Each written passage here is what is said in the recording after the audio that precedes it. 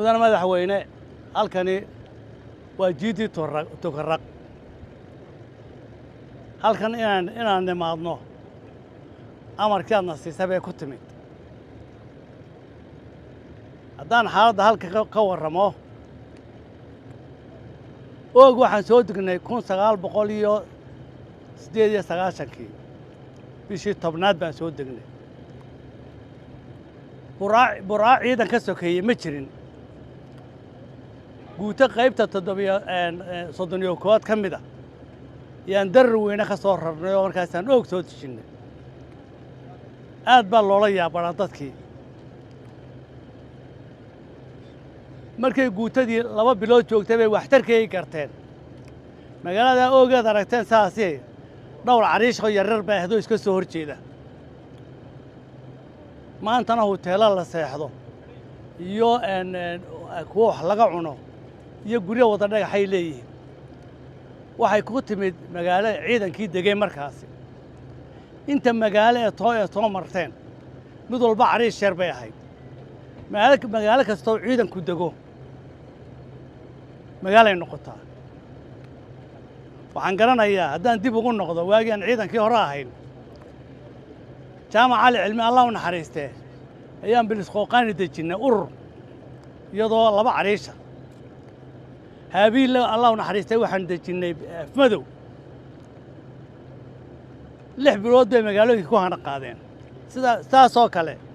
yagoori wadhako oog adhi caddeeyaha dhowni iyo tuulas iyo samakaaba waxay ahaan cariisho yaryar meel walba markuu ciidanku degay ayay magaalooyin noqdeen way ku faa'iideen annaguna waa ku faa'iidnay inta aan soo soconnay waxaan muujinnaa dabeecad wanaagsan inaan dadka kula dhaqanno dadka aaggaa joogo dhan markii hore cadow ay noo haysteen laakiin markaan wax yar la joogno waxay noo qaataan dad walaalahooda wayna soo dhoweeyeen hanaga gurina bay dhahaan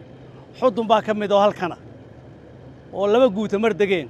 mar kasta waxay dhahaan war ciidanka wuxuu ku soo celi meeshii dabataag baa ka mid ah oo hawdkaasa dhumay baa ka mid ah intaa waxa la weystaa war ciidankii noo soo celi dawladdii hore waan ka shaqeeyey ciidamana waan ka xukumay ciidanka akhlaaqad wanaagsani ma jiro dadkaa meesha ay la degan yihiin raalli bay ka yihiin haddaan dadku raalli ka ahayn maanta halkaa may joogeen annaguna ilaa intaasoo kiiloomitir maanaan sii soconneen mudana madaxweyne sidaa haddana ay tahay dagaallo badan baan ku wada gallay puntland waxaan ku wada gallay adhi caddeeye oo dagaal xuni ka dhacay laascaanood baa noogu xigtay dagaallo badan oo fara badani way jireen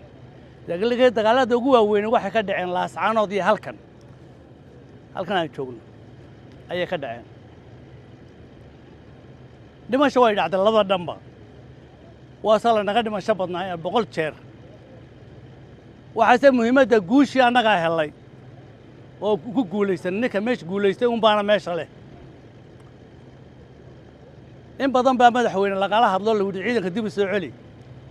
caloodaygii aad noo caloodaygtay wardaad ma soo celinayaa tidhina waa taan halkaan ku joogna maanta oo la leeyahay iska joogaane bal yaani horunu soo socon hadda la leeyahay maanta guul baan joognaa ciidanku sidaa 15 kiiloomitir buu iyagu tahay dherarkiisa ayuu jiraa dhumucdiisana waa 30 kiiloomitir ayuu kala safan yahay ciidanku waa dhul badan buu kaga jiraa iminka meel yarunba koonun baynu joognaa mudan madaxweyne halkan garowa 50 kiiloomitir bay noo jirtaa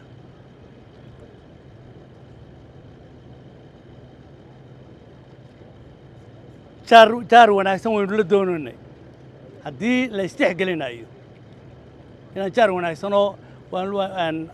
baacmisirka uu ka dhaxeeyo way ahayd waana rajaynaynaa ilaahay saa ka dhigo oo nin damaca intoo la iska daayo nin walba xaqiisa in la siiyo maanta madaxweyne intaad joogtay ciidanku waa kaasoo taangiyaash buu leeyahay artillerigii buu leeyahay beebeeda ku halkaa yaala teknikadii waad halka arkay waa qayb yaro waa dhow in yar ciidankeenu xoog buu leeyahay awood buu leeyahay aw ku daafaco xadka aynu leenahay 20 sano soo socdayna marba dadka ayuu dabeecadooda isbaraayay si ay dadku raali noqdaan haddaan dadku ka raali lahayn ma deganaan kartid kalluun bad ku jiraa tahay baddu waa dadka adna kalluunkii baa tahay haddaan dadku ka raali lahayn ma joogi kartid dadku raali bay dhagayn magaalada hadda dadku raqeen hadda nimid maalmihii horeysa geesay lahayd maantana baloorkii baa 20 kun iyo 30 kun gaadhay dukaamada ka dhisan ilaahun baa ogaa custom yar bay lahayd oo odayaasha iyo waxaa ka qaadqaataan laakiin maanta baacmishar idin loo socdaa ayay leeyihiin oo wada gaadhay caam u noqday ayay leeyihiin halkii in yarun wax heli jirtay waana jecel yihiin maanta haddaan ciidan ka kaxeeyo ma ogolaanayaan haba yaraateen mudan madaxweyne adigoo taliyay guud ee ciidamada ah sharaf bay kuu tahay inaad ciidanka caynkaasa madax u noqoto annaguna aan kaaga hoosayno